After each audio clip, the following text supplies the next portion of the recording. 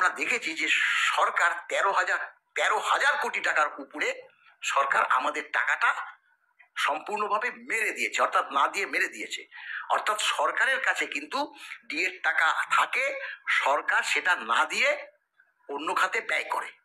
সরকারকে দিতেই হবে। আমরা দেখব, 4 সপ্তাহ সময় দিয়েছে। এখন মুখ্যমন্ত্রী এই সুপ্রিম কোর্টের বিষয়ে কিছু বলে কিনা আমরা নজরে রাখছি। আমাদের সিদ্ধান্তটা শক্ত ছিল বলে আজকে এই জায়গায় এসেছি।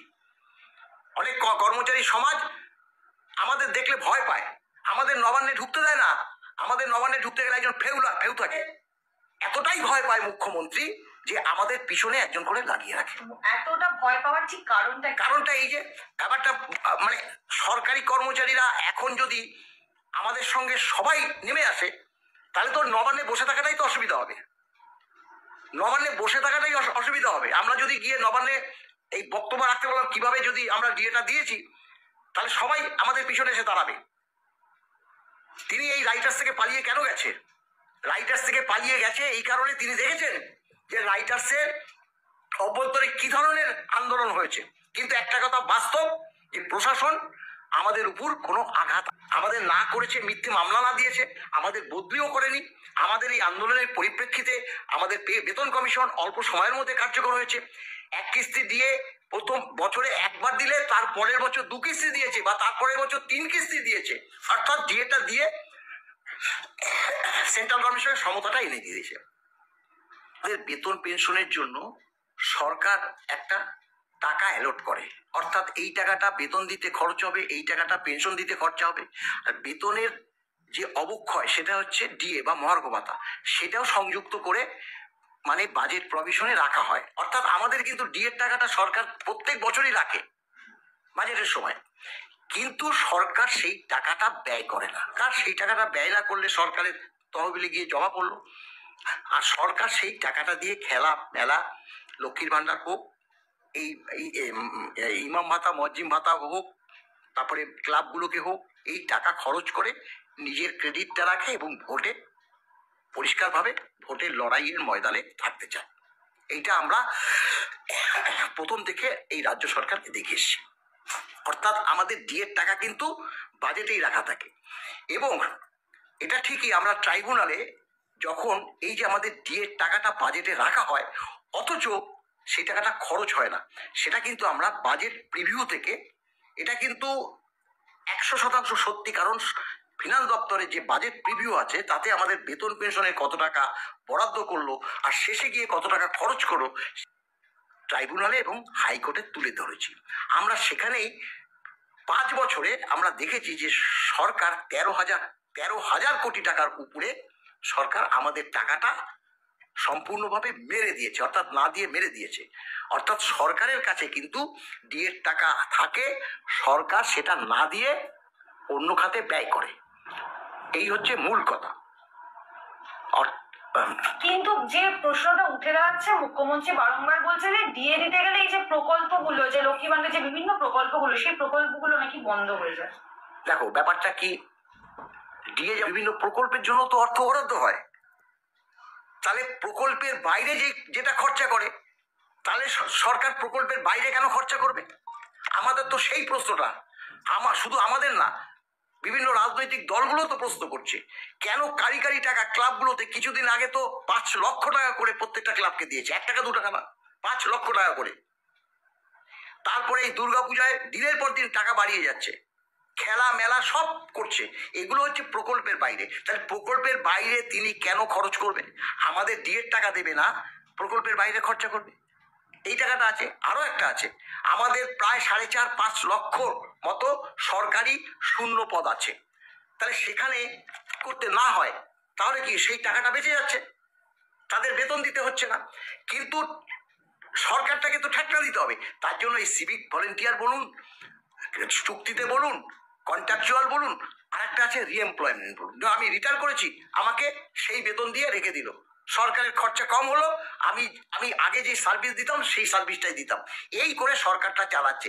এখান থেকেও সরকার রোজগার করছে, বিভিন্ন প্রক্রিয়ায় সরকার রোজগার করছে, করে ভোটের কাজে তিনি ব্যয় করছে। সেটা তো হবে না।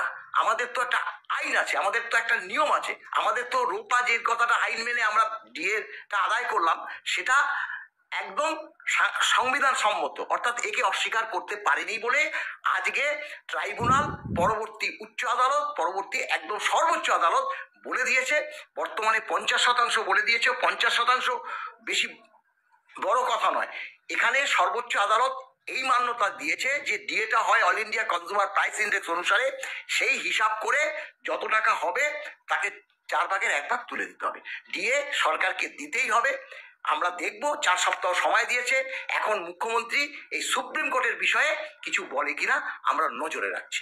কিন্তু এটা দিতে গিয়ে তো সরকারের কোমর ভেঙে যায়। সেটা তো বলেছে, কোমর ভেঙে, সেটা দেখুন কোমর ভেঙে যাবে বলে তো 25% করেছে, কিন্তু কোমর তো আরো ভাঙবে। এই যে 4 আগস্ট 2025 যে মামলাটা আছে সেখানে যখন সম্পূর্ণভাবে বলে দেবে, হয়তো এখানে 1.5 মাস দিয়েছে, আরো 1.5 মাস কি 2 মাস কি 3 মাস দেবে, তখন যেতে হবে টাকা মানে করতে, টাকা দিয়ে দিতেই হবে, এর মধ্যে কোনো কিন্তু নেই। সরকারকে দিয়ে দিতে হবে। দেখুন আমরা 16 সাল থেকে একটা নির্দিষ্ট লক্ষ্য নিয়ে, আমরা তো সরকারকে অন্য দাবি জানাইনি। সরকার কি করেছে, বাম আমলে এই যে বাড়ি ভাড়া দেয় 15%, সেখানে 12% করে দিয়েছে। আমরা তো এটা নিয়ে আন্দোলন করিনি, আর এখন তো আন্দোলন করতে পারছে না, এখন তো তিনি আন্দোলন সহ্য করতে পারছে না, আমাদের বিরুদ্ধে মিথ্যে মামলা দিয়েছে। এখন যে কোনো সরকারি কর্মচারী আন্দোলনে নামলে তাকে নয় পাহাড়ে না হলে সাগরে বদলি করে দিচ্ছে, বীরভূম বাঁকুড়া পুরুলিয়া। আপনারা তো দেখছেন, এই আমি আজকেই দেখলাম ফেসবুকে, ওই যে ডাক্তাররা যে আন্দোলন করেছে একজনকে সেই জলপাইগুড়িরা কোথায় বদলি করে দিচ্ছে। কেন কেন করবে? একটা ভালো হসপিটালগুলিতে রাখলে তো সাধারণ যে মানুষ তারা তো সুবিধাটা বেশি পেত। এগুলো হচ্ছে প্রতিহিংসা চরিত্রার্থ হচ্ছে। আমাদের সিদ্ধারাটা শক্ত ছিল বলে আজকে এই জায়গায় এসেছি। অনেক কর্মচারী সমাজ আমাদের দেখলে ভয় পায়, আমাদের নবান্নে ঢুকতে দেয় না। আমাদের নবান্নে ঢুকতে গেলে একজন ফেউ থাকে। আমরা যখন এই যে জমা দিতে গেলাম অর্ডার দুটো, তখন একজন নিচু তলার কর্মীকে না কনস্টেবলকে আমাদের পাঠিয়েছিল, আমাদের বলেছে যে ভিজিটর্স অসি বলেছে যে এই ক্ষেত্রে আমাদের কাছে নির্দেশ আছে মলয়বাবু, আমরা জানি যে আপনারা যে ধরনের লড়াই করছেন, কিন্তু এই লড়াইয়ের সঙ্গে তো আমাদের কাজের কোনো সম্পর্ক নেই। বাস্তব, এটা কি আমি অস্বীকার করি না, তারা তো সরকারি চাকরি করছে, তাদের উপর যে নির্দেশ থাকে সেই নির্দেশ তাদের পালন কি এখানে জমা দেবেন? আমি এখানে জমা দেবো? আমি একটা সরকারি কর্মচারী এবং ডিএ মামলায় জয় পেয়েছি, আমি এটা চিফ সেক্রেটারির ঘরে ঢুকবো না, আমি রিসিপ্টটা করাবো। রিসিপ্টটা করতে তো আমাকে না, নিশ্চয়ই যান, কিন্তু একজন আপনার সঙ্গে যাবে, ঠিক আছে যাক, আপত্তি কি আছে? আমার পিছন যাবে, গেছে, সেখানে চিফ সেক্রেটারি ঘরে জমা দিয়েছি, অর্থমন্ত্রী মানে ফিনান্স ডিপার্টমেন্টে জমা দিয়েছি, স্ট্যাম্প লাগবে, তারপরে চলে এসেছি। অর্থাৎ আমরা যখন এই যে মামলাটার পরিপ্রেক্ষিতে বললাম তো, বামফ্রন্ট সরকার 3 কিস্তি দিয়ে কিভাবে মেরেছে, একবার 5 মাস, একবার 8 মাস, একবার 11 মাস, এটা সহ্য করা যায়, এটা সহ্য করা যায়। এবার যদি 1 কিস্তি দিয়ে 54 মাস মারে, 1 কিস্তি দিয়ে 48 মাস মারে, এটা কি সহ্য করার কথা? অসহনীয়।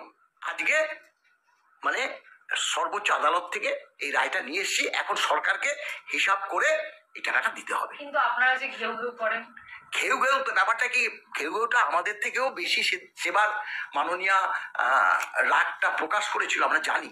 সে সময় আমরা যখন মামলাটা নিয়ে যাই মাননীয় নিশিতা মাত্রে এবং তপব্রত চক্রবর্তীর বেঞ্চে, মাননীয় নিশিতা মাত্রে তখন প্রধান বিচারপতি বেঞ্চে, প্রত্যেকটা মামলাতেই আমরা দেখেছি প্রথমেই হলফনামা চায় যে ডিএ নিয়ে মামলা, তো তখনই বলে, এবং ডিএ নিয়ে মামলা কি নিয়ে আমরা করেছি, আমরা বলেছি কেন্দ্রীয় সরকার এমনকি এই রাজ্য থেকে বেতন পায় দিল্লি এবং চেন্নাইতে যে সকল সরকারি কর্মচারী, আমাদেরই কর্মচারী, ধরো আমি যদি এখন দিল্লিতে গিয়ে বঙ্গভবনে কাজ করি বা আমি যদি চেন্নাইতে গিয়ে ইউথ হোস্টেলে কাজ করি, আমাকে একদম কেন্দ্রীয় হারে দিয়ে দেবে, কেন্দ্রীয় হারে এইচআরে দেবে, মানে কেন্দ্রীয় সরকার যে ভাতাগুলো দেয় ওদের কর্মচারীদের, সেই ভাতাগুলো এই রাজ্য সরকার দেয়। কিন্তু এই রাজ্য সরকার তো বলেছে যে কেন্দ্রের বাজেট, কেন্দ্রের যে মহার্ঘ ভাতা আর আমাদের রাজ্যের যে মহার্ঘ ভাতা, সেটা সবকিছুর একটা আলাদা করে প্যাটার্ন থাকে। উনি জানে না, উনি কিচ্ছু জানে না।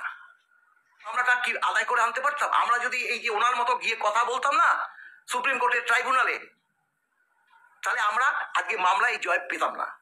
মামলা দেখুন ব্যাপারটা কি, এই যে কথাটা দেখুন, মহার্ঘ ভাতা, জিনিসপত্রের দাম বাড়লে আমাদের যে বেতনটার অবক্ষয় ঘটে। আমি যদি 50,000 টাকা বেতন পাই, তাতে যদি প্রত্যেক মাসে 2,000-3,000 করে এরকম খরচা অতিরিক্ত হয়, সেই টাকাটা আমি পাবো কোথায়? সেই কারণে জিনিসপত্রের দাম বাড়লে অল ইন্ডিয়া কনজিউমার প্রাইস, যেটা লেবার ব্যুরো দ্বারা গৃহীত, তারা এই প্রত্যেকটা স্টেট থেকে জিনিসপত্রের দামের একটা পার্সেন্টেজ বার করে কেন্দ্রীয় সরকার সেটাকে গ্রহণ করে 6 মাস অন্তর অন্তর তাদের কর্মচারীদের ডিএটা দেয়। তাকে ফলো করে অন্যান্য স্টেট গভর্নমেন্ট, শুধু যে ফলো করে না, আমাদেরও কিন্তু ফলো করে স্টেট গভর্নমেন্ট, আমাদেরও ফলো করে। কারণ বামফ্রন্ট সরকার যখন ছিল, তখন কেন্দ্রীয় সরকারের এক কিস্তি ডিএ হলে সেই ডিএটা ওই নির্দিষ্ট দিনে দিত না, 5 মাস 6 মাস 8 মাস পরে দিত, কিন্তু ওই পার্সেন্টেজটাই দিত। এই সরকার এসে কি করেছে, এই যে কোর্টের দুবার ঘা খেয়েছে, তাতে 8কে 10 করেছে, 10কে 15 করেছে, একবারে 25 দিয়েছে। কিন্তু ওই যে টোটাল কেন্দ্রীয় সরকার যে ডিএটা পেয়েছে, অন্যান্য স্টেট গভর্নমেন্ট যে ডিএটা পেয়েছে, মোট 125 পঞ্চম বেতন হয়ে, সেটাই কিন্তু এই রাজ্য সরকারকেও দিতে হয়েছে। কিন্তু আমরা নির্দিষ্ট সময়ে পাইনি বলে আমাদের কারি টাক থেকে এই রাজ্য সরকারের তহবিলে গিয়ে ঢুকেছে। সেটা এখন বার করে রাজ্য সরকারকে কর্মচারীদের মধ্যে দিতে হবে। এবং all India consumer price index অনুসারে যে ডিএটা, সেই ডিএটা অদূর ভবিষ্যতে বিভিন্ন যে পরবর্তী যে বেতন কমিশন, সেখানেও দিতে হবে। সেটাও আমরা আদায় করে ছাড়বো, কর্মচারী সমাজকে সেটা